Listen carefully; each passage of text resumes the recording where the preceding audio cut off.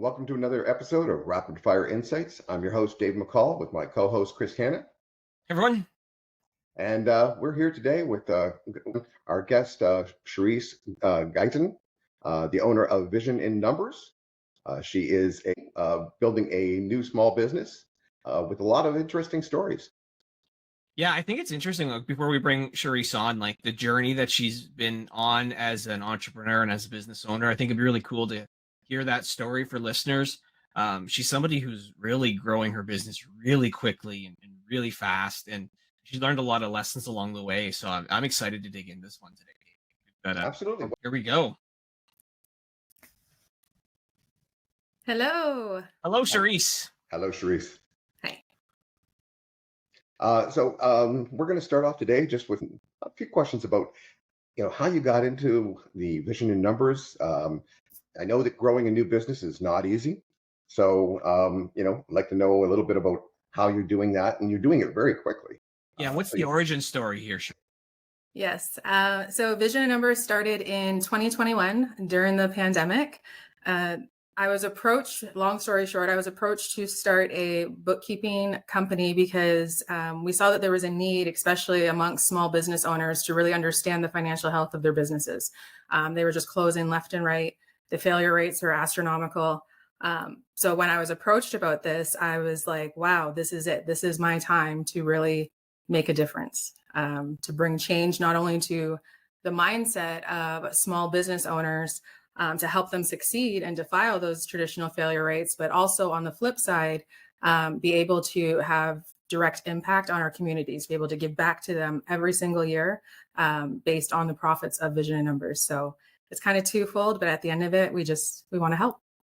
So how would you describe some of the services that you offer with Vision and Numbers?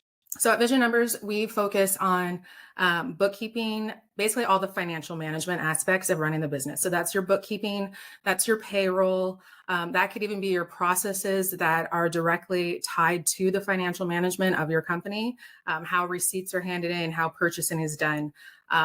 Situations like that. We also are government representatives for all of our clients. That way, the big bad CRA you don't have to deal with, we deal with them for you on your behalf. So it is really full comprehensive financial management services that we provide. So you've got a whole team that's working with you on this. Yes.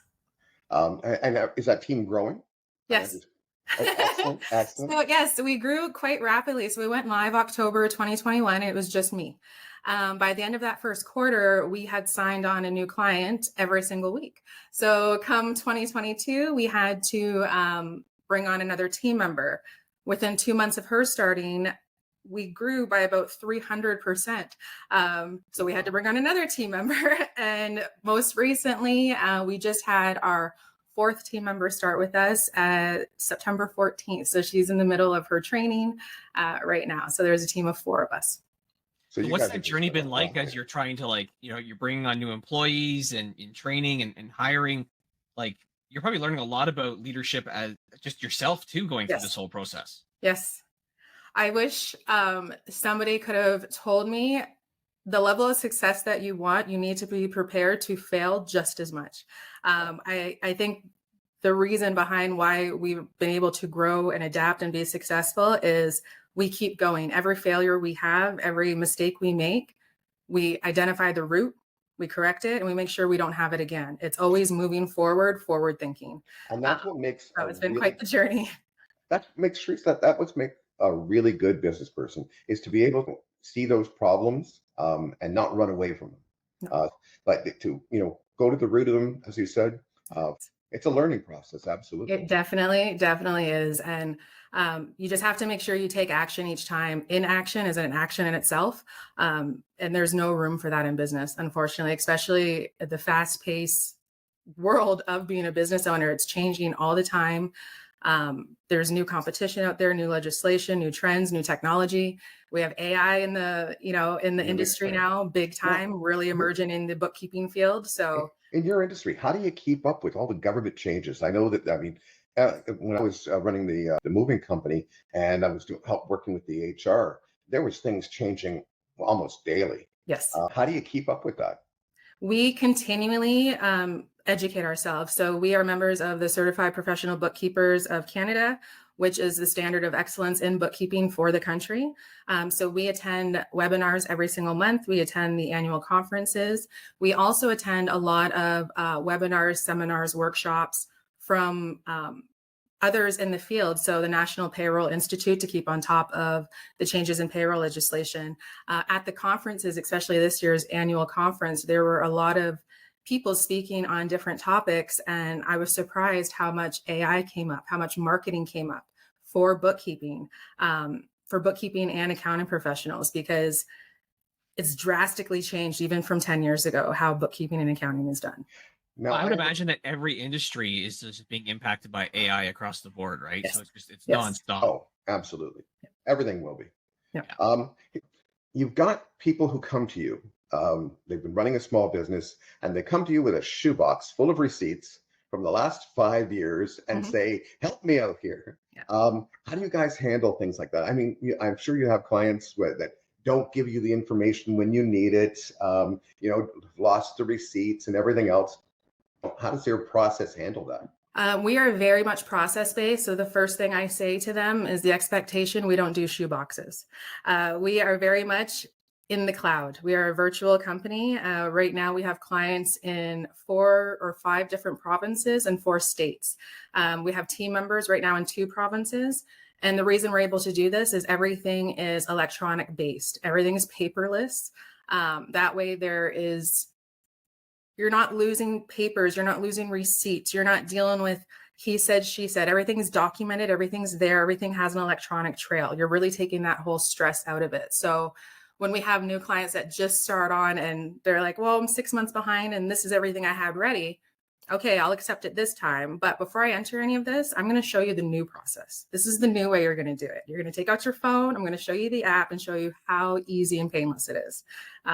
So the first step is really taking them out of that old mindset, that old way of doing things, and showing them the new way, how painless it is and how much they're going to empower themselves by the information we present. Yeah, I think that's incredible that you're like using such a technology forward thinking kind of approach to your business. With that, obviously, then you've got team members who are also not on site with you, and obviously who are virtual. Obviously, it seems like the whole kind of genesis of this company is around just being virtual in general. Can you speak about that, just the idea of a virtual company in general?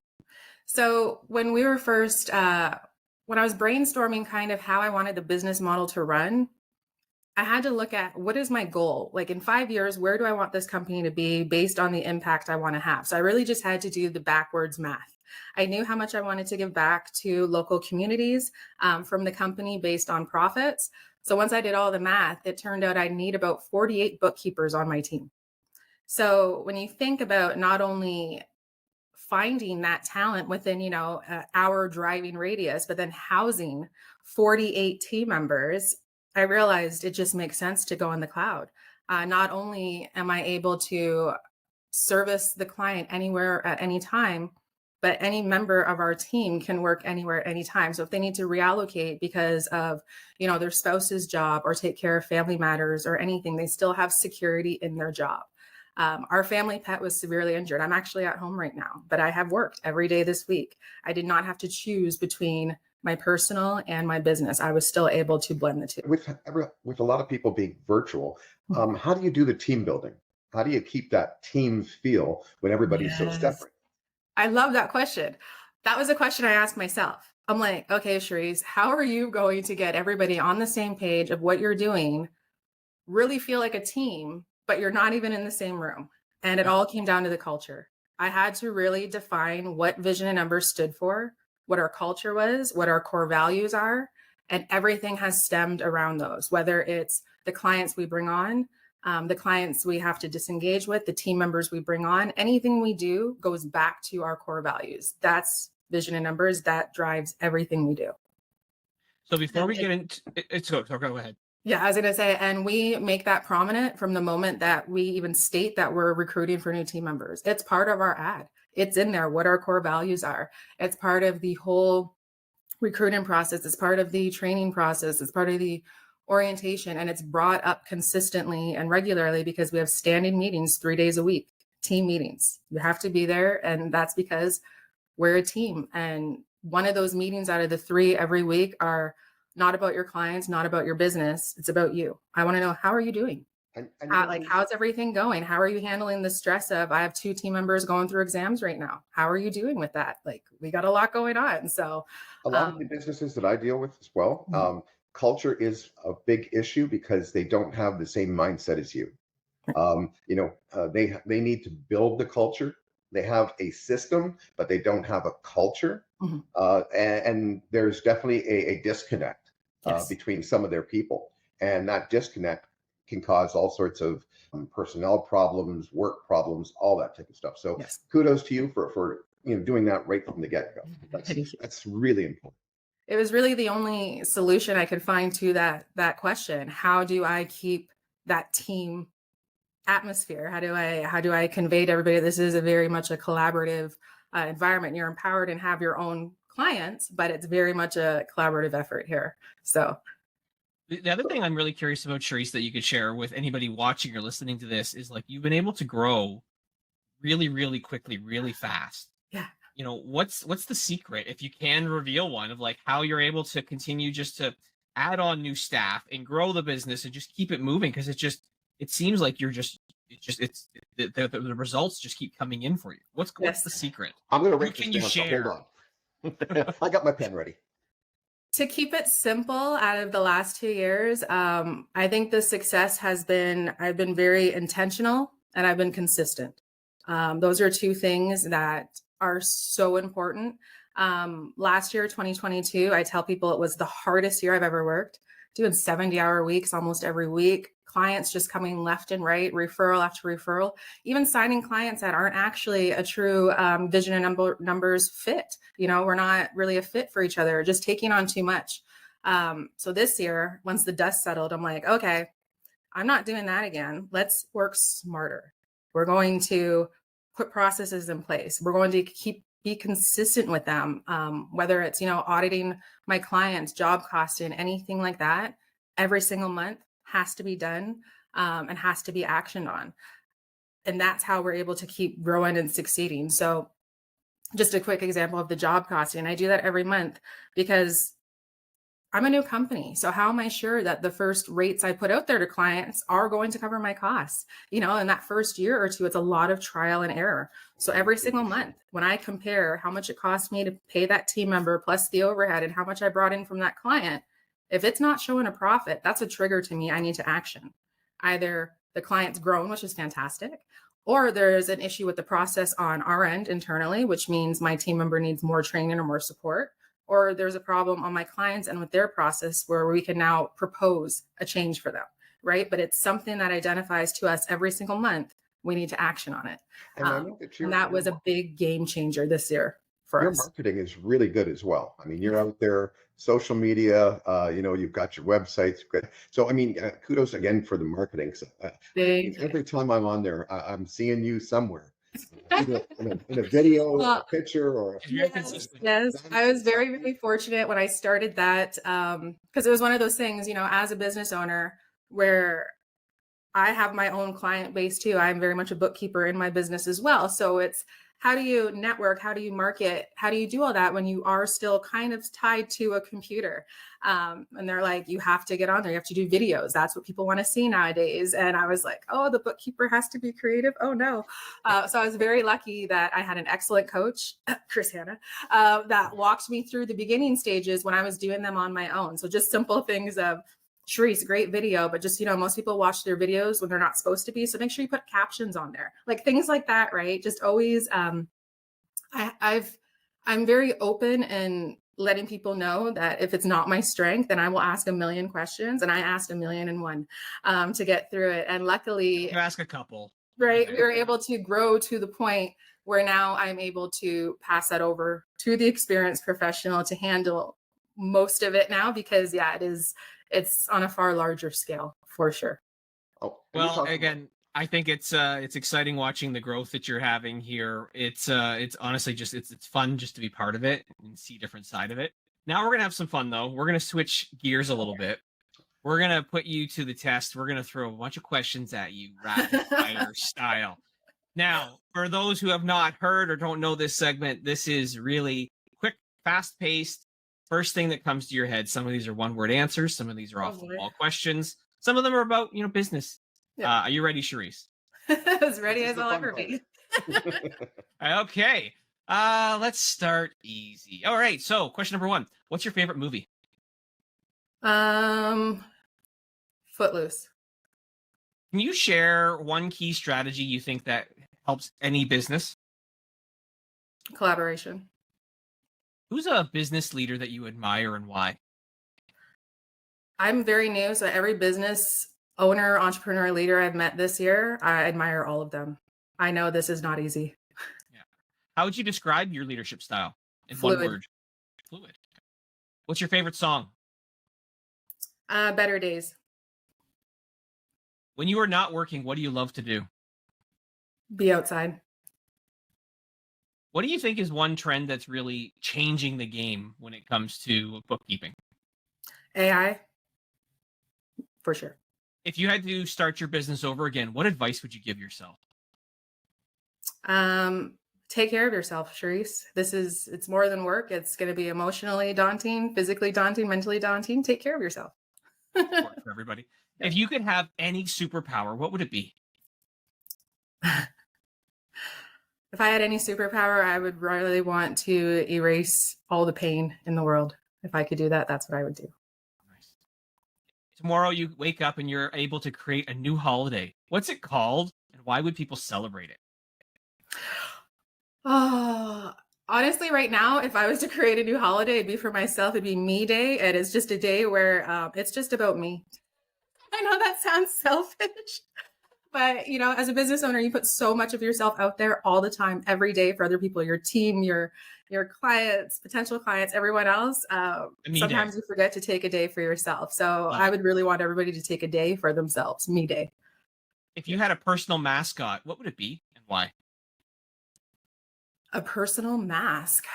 Oh, mascot. Mascot, yes. Sorry. Probably be a tiger. And then if you were going to write a message in a bottle that future generations would find, what would it say? Be kind. Love it. See, that was good. You survived. That was 15 questions done really, really fast. No swearing either. Yeah, there you go. You did mention one thing in those questions that you thought collaboration was really important. Yes. And I agree with you on that. Absolutely, 100%.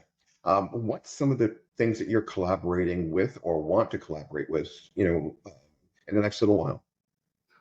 For me, collaboration is more than just the business connection collaborations. We do have those with St. Clair College, University of Windsor, for recruiting students. I'm alumni for both. I love both of those institutions.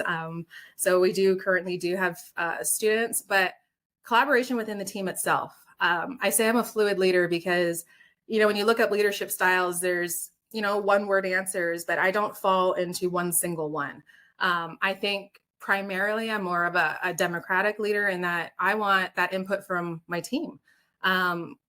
We're all very much a part of this. I've known from the beginning that vision and numbers cannot be vision and numbers with just me. I cannot achieve the goals that I want to achieve for the company, just me. It's very much a we. It's a us. So with that being said, a lot of the business challenges, a lot of issues that come up that maybe most business owners wouldn't bring to their team, I do. And I bring it to them because I didn't hire more Sharisses. I hired people that weren't like me. I hired people that would complement my weaknesses, right? And turn them into strengths. And every single person on my team comes from a different educational background, a different culture, a different professional background, and they all have something unique and valuable to bring. So the biggest collaboration that I focus on is actually within the team itself. So that's everything that you've learned over the last couple of years of doing this. Like, what's the hardest part of being a business owner? The hardest part of being a business owner. A business owner. The pressure is something that I'm still continually working on that. And pressure in the sense of when I signed on my first team member, I was like, oh boy, my decisions are going to directly reflect whether or not they have a job, whether or not they can afford to, provide for their family, pay their bills. And I'm like, Yeah. ooh, this is a whole other level now. Like, this is something, I've been in management positions before. I've been in top management positions before. But at the end of the day, the buck didn't stop with me, so to speak. Now it does. There's a lot of pressure there, right? So it's a different level of pressure for sure, that I don't know anybody could be fully prepared for. I think it's always going to be a work in progress of how to adapt to it. Absolutely. And I can understand that totally. With the moving company, we had 25 employees working for us. And it was the same thing. It's like, if we're not doing the right things, if we're messing up, they're not paying a bill. Yeah. So yes, it's once that responsibility falls on your shoulders and becomes real, it takes on a whole new aspect. So it really does. But it's helpful in the sense that when that realization hits, that's when you really well, for me, that's when it's like, okay, I need to be very smart about what I'm doing. I need to be very intentional. I need to be very strategic. I need to have the power of the pause, I call it. Stop, take a step back and evaluate, like, see what's actually going on right now. What's happening? Is this making sense? Should I change something? It's really important. It's always changing, but it's something that, I'm still working through. I recommend to a lot of companies, once a month, do a deep dive in your company at the end of the month. Look back for that month and really kind of look at your numbers, your people, what happened, the good things, the bad things. Every single month you have to do that. We even go to our KPIs every single month. How did we come up with them? How did we make out with them? Even fourth quarter, the team, they know my goals for vision and numbers for fourth quarter, the goals for the company itself. But as a team, we also set our own professional and personal goals as well, because it's important to always be looking forward, appreciate where you're at now, celebrate where you're at now, but always be planning for the next step, or else you're just going to fall behind. So for people who want to follow you or they want to work with you potentially, like, where can they best get in contact with you? Well, as Dave said, we're everywhere now. But if you go to our website, visionandnumbers.com, you will see a lot of our information there, as well as the link to book a free consultation directly with us. We now have a LinkedIn page, a YouTube channel, and our blog is also on the website. So there are a number of ways to reach out to us, but our website was probably the easiest way to have a direct connection. And then they can just like book a call with you and yeah, you can book the consult right there. Our Calendly link is there. They can see all of the days and times available so that they can book a day and time that works best for them. It's awesome. Well, Sharisse, go ahead. Just before, people have to go onto social media, YouTube, look up Sharisse's videos. We've got some great videos. The blooper reels are fantastic. So make sure you check those out. I can't take all the credit. If you're looking for the quality of videos I put out there, all in content with Chris Hanna, that is who you want to reach out to for sure. Well, I appreciate you saying that, but these videos, I can tell you, like the blooper, that being on the other side of the camera, one of the best days of my life. The bloopers are on me. That is fun. Credit for. Like, if you are going to shoot content, have fun with it, but Sharisse is a pro at it. So absolutely. So thank you again, Sharisse, for being on the show. Again, anybody listening to this, watching this, make sure you are checking out Vision and Numbers. They are the best in the business when it comes to virtual bookkeeping. Again, thank you, Sharisse, for being here. Really appreciate you. Thank you, both of you.